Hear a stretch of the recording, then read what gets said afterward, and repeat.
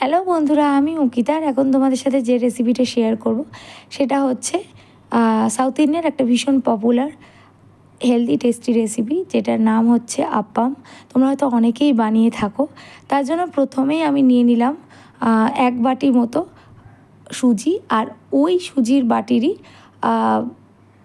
একটু বেশি, মানে হাফ বাটির চেয়ে একটু বেশি আমি টক দই নিয়ে নিলাম। এরপর আমি পরিমাণ মতো জল দিয়ে একটা থিক আর থিন এর মাঝামাঝি সেমি কনসিস্টেন্সির ব্যাটার বানিয়ে নিচ্ছি।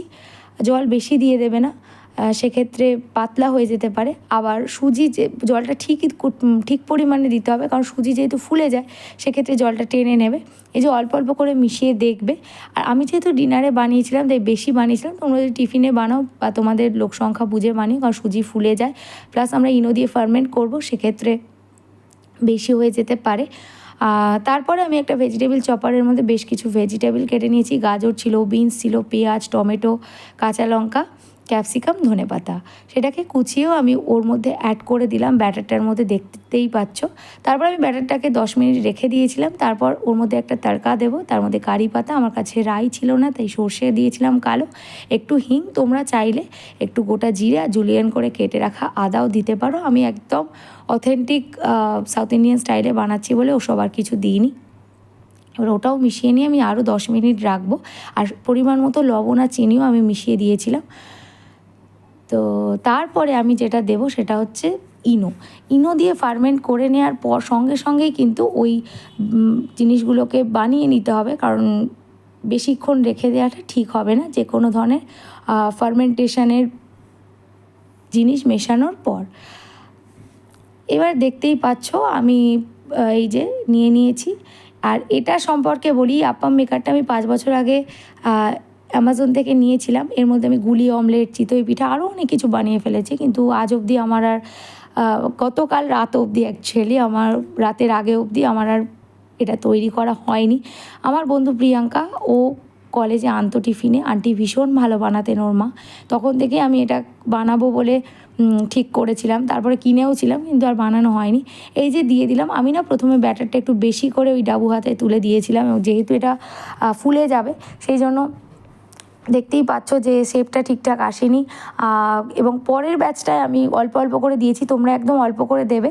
আর তারপরে ঢাকা দিয়ে নিয়েছিলাম 5 মিনিট মতো। আর মাঝখানের যে 3টে খোপ আছে ওগুলো হিট একটু বেশি পায়, আমরা যেহেতু একটু পোড়া আর ক্রিস্পি আমার দিদি আর আমি খেতে ভালোবাসি, তাই ওরকমই রেখেছি। তোমরা 2 মিনিট অন্তর ঢাকাটা খুলে পাল্টে দেবে মাঝখানে 3টে খোপের যে ব্যাটারটা দেবে, বিকজ ওইগুলো একটু হিট বেশি পায়, মাঝখানে থাকে তো। বাট আমরা তো ওইগুলো খেতে ভালোবাসি, তো কোনো চাপ নেই। এই যে সেকেন্ড ব্যাচটা আমি অল্প করে দিয়েছিলাম, আর 5 মিনিট না, আমি 2 মিনিট অন্তরই খুলে খুলে দেখছিলাম। আর প্রথম ব্যাচটায় দেখেছিল তো আমার মানে সাদা ছিল ব্যাটারটা, কারণ আমি ঠিক মতো মানে বারবার খুলে দেখছিলাম। এটা 2 মিনিট 3 মিনিট মতো একদম ঢেকে দেবে।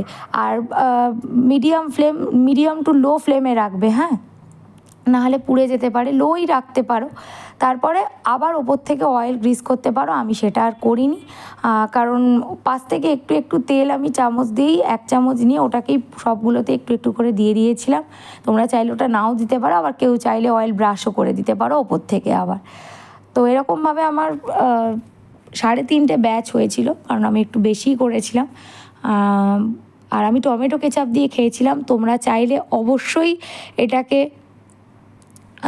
বিভিন্ন রকম নারকেলের চাটনি, কারণ টমেটো কেচাপ তো হেলদি অপশান না, নারকেলের চাটনি দিয়ে খেতে পারো, বিভিন্ন রকম কারি দিয়ে খেতে পারো, তো বা টক দই দিয়েও খেতে পারো। অন্য কিছু যদি না থাকে, টক দইয়ের মধ্যে একটুখানি তড়কা মিশিয়ে নিতে পারো, করে খেতে পারো।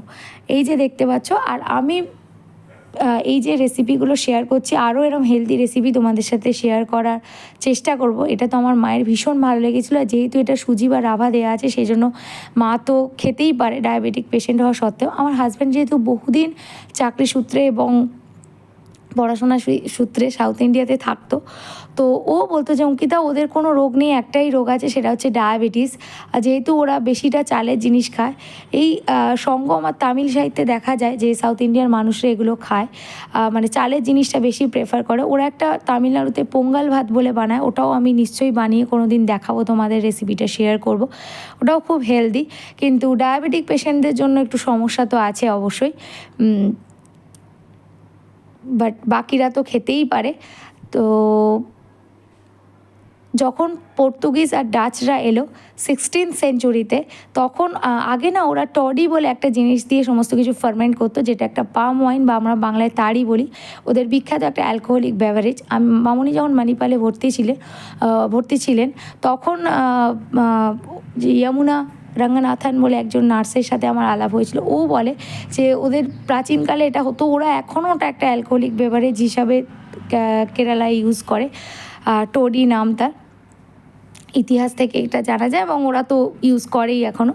তো কিন্তু ফার্মেন্টার এটা দিয়ে ওরা করে না। তো এটাই বলছিলাম। তো আমি এরকম ছোটো ছোটো হিস্ট্রি যেগুলো জানতে পারবো অবশ্যই তোমাদের সাথে শেয়ার করার চেষ্টা করব। আর ওদের যে ওনাম হয়, বিশু হয়, ওগুলোতেও ওরা এগুলো বানিয়ে খায় জেনারেলি। তো এই যে দেখতে পাচ্ছ আমি এটা সেকেন্ড ব্যাচটা ভাজছিলাম। এটা সেকেন্ডটা নয়, অ্যাকচুয়ালি থার্ড ব্যাচটা, কারণ আমার ব্যাটার আর অতটা ছিল না।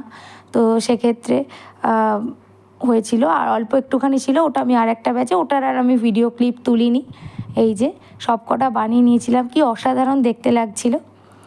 আর তোমরা যদি ভালো লাগে আমি এরকম হিস্ট্রি শেয়ার করব।